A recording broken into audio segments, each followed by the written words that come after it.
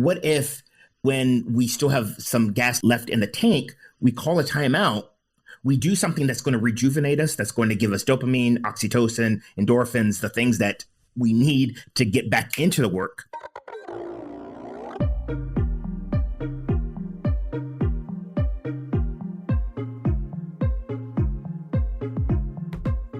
Welcome to the Productivityist Podcast. Mike Vardy once again joining you with another productive conversation, this time around with my friend Gary Ware. Gary and I have known each other for quite a long time. He actually appeared at my virtual event in 2021, The Big Ready. We've known each other from other conferences as well and shared the stage many times before. He's all about play. He helps professionals level up their confidence, creativity, and happiness using play. We're going to talk about the productive power of play. We also allude to some of the stuff that was going to happen at the Big Ready because this interview was recorded before we actually had the Big Ready. But it's an absolute treat to finally have Gary on the podcast, and I can't wait to share it with you. So let's just share this conversation now. Here is my discussion with Gary Ware here on the Productivityist Podcast. Enjoy. Yeah, this is take two. We did this a couple of years ago in San Diego, and it was a really well-filmed discussion. But, you know, when the audio isn't great, you can't really do much with it. So I have lots of B-roll that we can use leading up to some of the stuff we want to talk about, but you can't really use the audio. So I'm glad we're getting a chance to do this today. It's about time. We've known each other for, gosh, how many years have we known each other now for? Well, over 10. Yeah, because WDS, right? Like, I think that we met at WDS. And a lot's changed over the 10 years that we've known each other, right? I want to talk to you about play and the productive power of play. I think that that's something that we don't really look at often enough. I've had Kirsten Milliken on the show before, and she talks about play and ADHD and stuff like that. Play ADHD is the name of her book. I'll link it in the show notes. But you and I have shared the stage before at other events. Of course, you're sharing the stage at the Big Ready virtually here in 2021 as we're recording this. It's coming up in the next week. But why don't people leverage the power of play to the same degree as maybe anything else when it comes to productivity? Play is usually associated with kids, and it's associated as something that's frivolous that you just do, to do. Play can be associated with goofing off. But a lot of times when you think about productivity, and you're trying to get in the zone, you overlook those things that are going to help you get an advantage. And that's what I see play as. I see play as an advantage. But even myself as someone who has the knowledge, see the research, and experienced it firsthand, I still get caught up in, let me power through. Let me, I have things I need to do. I want to knock this out. I really enjoy doing this. And I don't realize that my power bar is depleting, and it's kind of hard to shift gears and call a timeout to replenish. And that's why I feel like a lot of people they don't place play where it needs to be.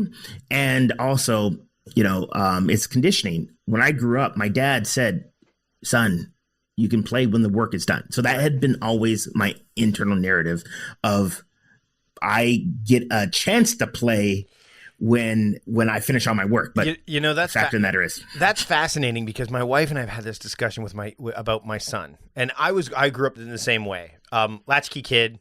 You and I can nerd out. We nerded out before we jumped on the call about like the different things that like Transformers, and you could see if you're looking at this right now, people have seen my background before. I've got, you can't even see right now, but I've got like a Back to the Future Transformer there, like the DeLorean, Blaster and Perceptor above it. Like I watched Transformers, G.I. Joe.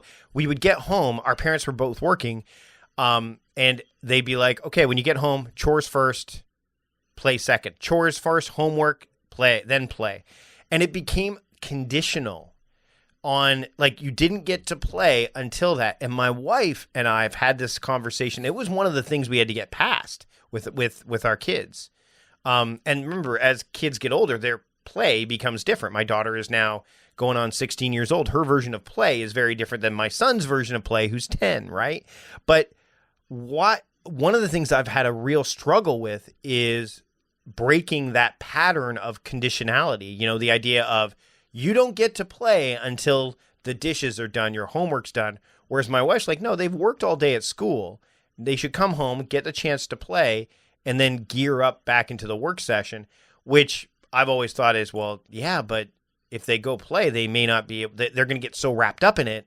How are they going to do the work? So, or are they going to be willing to do the work? And with disciplined kids, it's a bit different. But how do you take something like that, like what we were raised on, which is you don't get to play until the work is done? How do you flip that switch, or how do you take that, upbringing that many people have? I mean, I know you and I aren't the only ones, and say, no, it's okay. You can play. Play is part of the process. Agreed. And the first thing is unpacking it and realizing that there are different forms of play. There is that play that is, the goofing off, that is just play for the sake of play. But there's also, so I call this purposeful play. Okay. They have, different purpose. And just like a professional athlete, take, for example, Michael Phelps, Tiger Woods, they wouldn't just go in and start, hitting 18 holes without warming up. Michael Phelps is not going to just jump in the pool and, do 100 meters without doing proper warm up. Right. I look at play the same way, as in, I want to be as creative as possible. I want to get into deep work. I want to be able to get into the flow. But if I am going straight from whatever I did before into that work, it takes some time to get into. So why not time box it, give myself 5 minutes, and what if we can prime our brains so that we can be more creative when we need to? And then, because, we both like, comic books and video games, realize that we only have so much as far as a power meter of creativity, power meter of productivity, or whatever. It only has so much. What if, instead of waiting till we're completely depleted, what if, when we still have some gas left in the tank, we call a timeout? We do something that's going to rejuvenate us, that's going to give us dopamine, oxytocin, endorphins, the things that we need to get back into the work. And then, again, we get back into the work and we're able to pick up where we left off, because, again, our brain is still working on it. Or like, for example, say you're writing or you're doing something where, you need to use your creative brain. Imagine if this is just part of the Pomodoro method or whatever method you subscribe to. But instead of like what most people do on their breaks, maybe scroll through social media, what if you did something that is engaging? And the cool thing is, because like anytime there's like an ellipse, anytime there is some sort of pause, your brain's like, oh, what do I do? So if you're a writer, imagine instead of like, oh, let me just get through a few more sentences, imagine if you strategically paused and had that cliffhanger, did something that's going to, pump up the juices, then you came back. I bet you your brain, again, was trying to work out some of those creative problems, and you will jump back in and be more focused. Oh, I love the idea of a cliffhanger. I think that's kind of cool, because how many things you're left wanting more, right? Like, we'll go back to TV shows and stuff like that, like, or comic books or movies. I mean, we talked about the Avengers, Marvel Cinematic Universe, like Empire Strikes Back. Like, there's two movies, Empire Strikes Back and Avengers Infinity War, that end with cliffhangers. Like, the bad guy has essentially won. What's going to happen next? And then you have to wait a whole year, or back with Empire, 3 years for it to actually bear fruit. But I think that's actually, like, so what I think would be awesome, and you mentioned the Pomodoro technique, is what if you took one of those 25-minute Pomodoro sessions, and when that timer went off, you leave it on a cliffhanger, and then you take that 5-minute break. And then, of course, as you know, in the Pomodoro technique, you're not supposed to go back to the same thing you were doing before. You're supposed to do something completely different. So you could alternate between work, play. And in some and in essence, I think, and I'd love to hear your thoughts on this, that work becomes a form or a gateway, a form of play or a gateway to play, which then lets you bring your best self to that work, right? Agreed. And in that situation is one of those things, give and take, because when we were kids, we went to recess, right? I grew up in the States, and elementary school, we worked for, we were in class for 2 hours or whatever the case might be. We went out and we played for a bit, we replenished, and then we came back and we were focused. And you're absolutely right. Like, imagine like that is something that you're looking forward to. So I like to call it a playlist, I like to think ahead. What are the things that I could do so that I can be efficient with my time? So when that break does happen, I'm not like, oh, what do I do? And then so many people, like, your 5 minutes are up and then you didn't get any break because you spent too much time trying to decide. But imagine in advance you had something to pick from. But now, like, your brain is working on this behind the scenes. You get back into it. You're excited that, hey, guess what? There's something else that I can look forward to. And you have these series of cliffhangers that, again, is pulling you through the work, and it doesn't feel like work. Which you already have. You already have those cliffhangers anyway, right? You know what I mean? Like, they're already there. Like, there's going to be instances where you get interrupted for a meeting, or you can't, or you've come across a bottleneck in your project because you're waiting on something, or someone's not, one of your colleagues is, said, well, I don't have that ready yet. So it becomes you're waiting on someone rather than something. So you encounter these all the time. Instead of wallowing in the despair of not being able to make progress with it, look at it as a cliffhanger to say, oh, I wonder, let's move on to something else, or let's take that pause and figure out, maybe manipulate what you could be doing when it comes back or whatever. I think that because what I think happens, especially with some of the clients I work with, is when they get stuck, they don't try to, they think about ways that they can get unstuck. And often that's, let me go, like you said, look at social media. Let me check emails. Let me do those things that there's a mundanity to them where it's like, okay, I know I can make some progress on it, but it's not enticing or exciting. It's definitely something you need to do. But if you go in with that, I think of them maybe as commercial breaks, right? Like, like the email, oh, I'm waiting on this. Well, it's time for a commercial break, email or social media. And it's like, but then you time that. So it's like, all right, I'm only going to spend, how long is a commercial break? About 3 minutes. I'm going to spend 3 minutes on these emails, or 5 minutes. And this is where timing can take hold. And again, this is where I think a tool like the Pomodoro technique can be helpful, because if you just go in, and this is, I want to lead to this question. If you just go in with a tool or a mechanism without a, like you said, purpose behind it, then it's not really all that helpful. It's kind of like when you get a new app, right? And you say, hey, the app's going to do it for me. Not unless you've got purpose behind it. Otherwise, you're really just fiddling, and you're, as I say, doing productive and not being productive. But I also want to ask you, do you think that apps and taking on new apps is a form of play that we as adults take on because it's something shiny and new and it's like a game of sorts? And if so, how do you think that we can make sure that we don't get sucked into that to the point where it's like, oh, where'd all this time go?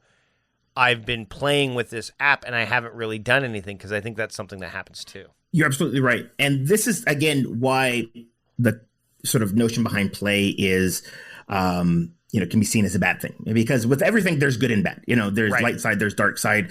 And if you aren't, it goes back to intentionality. Mm-hmm. If you aren't intentional with the things that you are putting your attention to, yes, you can get sucked up, and it can lead to bad stuff. And so I absolutely love the idea of apps can be seen as play. And like with any game, there needs to be structure. There needs to be time. I know, and I guess with a lot of these apps, they are designed to suck up as much of your attention as possible. So are games. And, I mean, think about Fortnite. Think about Minecraft. Yes. You can't, quote, win those games. You can't win. The only games I like to play, honestly, are WWE pro wrestling games, because there's a match. If anything sports oriented, I like, because the win happens and it's normally in a short period of time. You can play one game and win, right? Like a 4 quarters of Madden, or 2 halves of FIFA or whatever, or something that is not a multiplayer game where you have to be online, and then there's always this progress. Because I think the other thing that can happen in that area, and I know this happens on social, so it certainly happens in gaming, where if you don't keep up, then you get left behind, and that makes the game less enticing, because you're not as, your friends are like 4 levels ahead of you and you're behind them, right? So that's why my son plays Fortnite, my son plays all like Roblox and all that stuff, but that you can't win those. There's no winning. But like a game like Star Wars Knights of the Old Republic, which I played a lot, there's an outcome. You can finish it. And yes, there's side quests and all that stuff, but I think that with apps, the same, you can't win the app game. Like it's just not going to happen. No. And so again, with play and games, there are so many different modalities. And what you just described are the two different types of games. There's a game called a finite, and then there's a game called an infinite game. Right. And there's this book called Finite and Infinite Games, and it talks about that as a sort of methodology for life. And Simon Sinek recently did a book where he explained it in a less boring fashion. But basically, the challenge with a lot of these things is that most people don't know the game that they're playing. They're in an infinite game and they're treating it like a finite game, and they're getting frustrated. Or they're in a finite game and they're treating it like an infinite game because they have completely different rules. They have completely different sort of mindsets. And that's where a lot of the sort of rub happens. And so, for example, getting back to work, work is essentially like an infinite game. If you think about the work, your body of work, it's an infinite game, but we're trying to treat it like a finite game that has a beginning and an end. Right. Which is why we strive for work-life balance instead of just balance. Right? Yes, exactly. How about, and I even take it a step further and say harmony. We've talked about that before too. Although now I'm back into Dr. Fate, as we talked about, and Dr. Fate... So Dr. Fate has said, see, I can nerd out with you about this. Dr. Fate said he works for the Lords of Order, right? Like that's his thing. Yeah. And he fights against, he's an agent of the Lords of Order. He fights the Lords of Chaos. But one of his quotes is, I am not for order or chaos. I am for balance, right? Yes, because, right. And Vision, who we talked about as well, the Marvel character, he's got this quote at the end of Age of Ultron where he says, humans are odd. They think chaos and order are two different things when they're not. And they try to control things that they can't, right? And so I think that to your point, that's like the idea of the finite game and the infinite game, we get confused and conflated because we want that certainty, right? But we don't know necessarily where to look for it. We're trying to engineer it where it can't be engineered, right? Yes. And if you don't, like you said, if you go into Roblox with the idea that you're going to win the game, no. You can't, because there will always be, and life's the same. Like there will always be, and Srini is probably going to talk about this at the Big Ready to a degree, is Srinivas Rao, who wrote The Art of Being Unmistakable, Why Only is Better Than Best, right? Is this idea that if you are focusing on trying to be the best of one thing, there will always be somebody that is better than you at it. Mm-hmm. And if you can get past that and be okay with it, you're going to be much better off than if you keep chasing and pursuing and trying to, quote, win that game. But harmony, I mean, I've used the idea of harmony, but once you put that adjective that's not needed, work life, in front of it, it doesn't make any sense. Because like you said, work is infinite. And now what about life, though? Is life infinite? Well, both of them are going to have an endpoint. Right. But at least as far as we are. I mean, think about it. When you and I are both parents, when we're no longer here, our legacy will carry on in our kids and then their kids. So while we won't be here, and someone asked me once, like, what do you think about the afterlife and stuff? I'm like, I think that the afterlife is more like you have a cassette tape. You are an original cassette tape, and so what you do is every person that you go to, I say that you're giving them, like, so you and I, we've known each other for 10 years. You have a copy of my tape. I gave you a copy of my tape. You gave me a copy of yours. And I will, and that goes, and basically then I pass lessons I've learned for you on to somebody else, but now it's like a second generation. So it's removed, mm-hmm. right? So, like old cassette tapes, the more you recorded over them, the less audio quality existed, to the point where sometimes it was, or if you played it a lot, the same thing would happen, right? So my kids probably have the best copy of my tape, and my wife. But then, my friends probably have like the next best. And so the point is that your legacy is kind of like carried in that tape, and the quality of it is the quality of the connection that you had with that person, right? And so when we're no longer here, if someone read your work or saw me speak or whatever, and it really impacted them, then the quality of the tape that I passed on to them was much greater than, say, the person who saw a social media post from me once or heard about me from someone else, or, et cetera, et cetera. So I think that and I know we're going a bit deep in the weeds here, but that to me is how life kind of continues and becomes infinite, or at least there's a legacy element there that you don't get to control. Again, you don't get to decide. That said, the way you play during your life, I think, can help at least shape it to a degree. But like anything else, you don't get to tell someone what they think about you or the things you've done or whatever. It's all in the actions you take. Meal planning is important because it prevents us from being a disappointed wreck when dinner time comes around and we have no clue what to make, or even if we have the ingredients to make the meal. It's a time and a money saver, but most importantly, it frees up valuable brain space. Creating a meal plan prepares us for the week to come and gives us peace of mind that we're organized and can feed ourselves and our family. That's why I do it, and that's why Plan to Eat helps me do it. Your subscription includes access to the Plan to Eat website and fully featured mobile apps on iOS and Android. And Plan to Eat gives you the tools to clip and organize recipes from any website, the ones your family loves and that fit your dietary preferences and needs. And you can create a meal plan around your schedule. Then what happens is the Plan to Eat software automatically creates an organized shopping list based on your plan. So sign up for your free trial at plantoeat.com/timecrafting. That's plantoeat.com/timecrafting. The coupon will be automatically applied to your account and can be used when you're ready to subscribe. It's valid for new customers only. Give Plan to Eat a try today. We'll get back to my conversation with Gary Ware right after these messages. Play is a source of joy, and it's a source of happiness. But do you have something that interferes with your happiness? Do you have something that is preventing you from achieving your goals? Maybe you've overcommitted, or you're overwhelmed by all the things that you have on your to-do list. Maybe you just have a bit of imposter syndrome, anxiety around certain things. I know I've come across levels of anxiety and overwhelm in the past, and that's why I'm glad that I found BetterHelp. BetterHelp will assess your needs and match you with your own licensed professional therapist, like they did for me. And you can connect with them in a safe and private online environment. It's so convenient, and you can start communicating in under 48 hours. BetterHelp isn't a crisis line. It's not self-help. It's professional counseling done securely online. And there are licensed professional counselors who are specialized in a variety of fields, including stress, anxiety, sleeping, grief, LGBT matters, family conflicts, anger, and more. Anything you share is confidential, it's convenient, it's professional, it's affordable, and the service is available for clients worldwide. BetterHelp's also committed to facilitating great therapeutic matches, so they make it easy and free to change counselors if needed, and that's had to happen to me before. Not through anything else other than scheduling, but they make it super easy. I want you to start living a happier life today.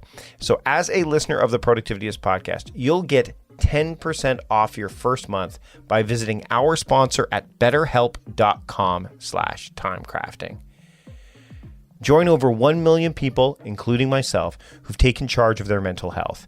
Again, that's BetterHelp, HELP.com/timecrafting. Do it today. In our fast-paced world, things change constantly, and errors in messaging often have significant consequences. Well, you can keep it consistent and accurate with Text Expander, which is one of my favorite tools, and I am so happy that they are sponsoring this episode of the podcast. Text Expander lets you make new approved messaging available to every team member instantly with just a few keystrokes, ensuring your team remains consistent, current, and accurate. Get your message right every time. Expand content that corrects your spelling and keeps your language consistent with just a few keystrokes. And your team members will consistently know the right message for the right person at the right time without relying on memory or copy and paste. I have to say that Text Expander has powered my productivity for many years, and it will continue to do so. It is a fantastic tool that I believe is an integral part of your productivity toolkit, whether you are an individual or you work with teams. Listeners of the Productivityist podcast will get 20% off their first year. All you need to do is visit textexpander.com/podcast. and get that 20% discount. So again, go to textexpander.com/podcast, choose the Productivityist podcast from the drop-down menu, and you'll get 20% off your first year of Text Expander. You want to keep it consistent, and you want to keep it accurate. You want to keep all that happening with your messaging, and you can do that with Text Expander. Again, visit textexpander.com/podcast and get that 20% discount today. And now, let's get back to the show.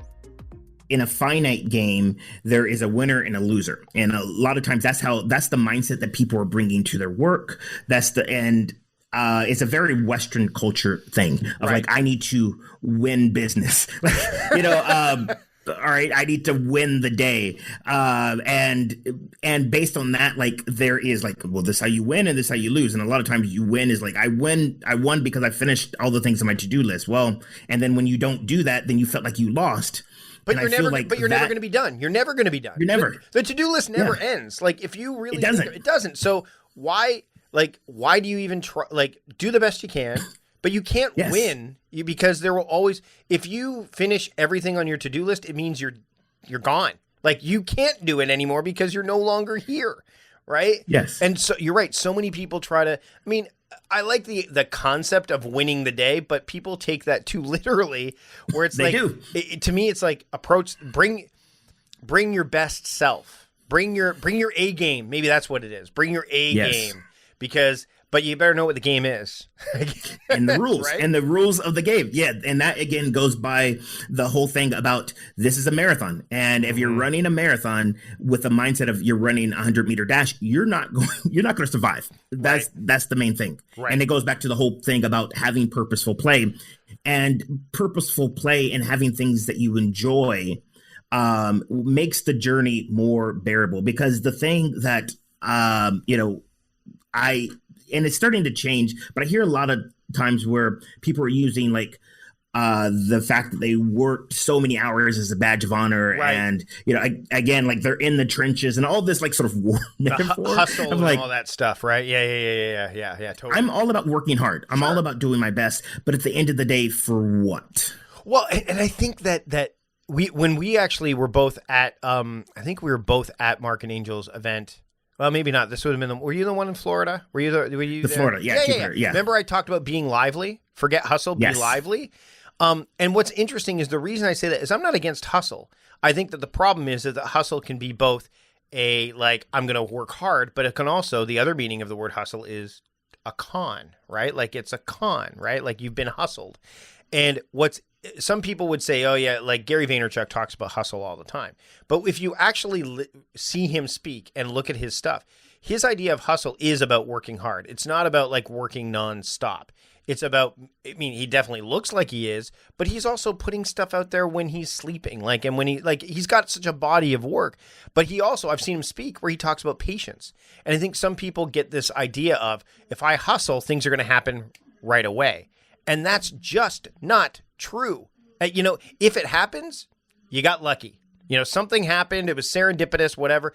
But it doesn't mean you shouldn't hustle. And I think that's what happens too. It's like, it never happened for me, so I'm just going to go back to the way I was. No.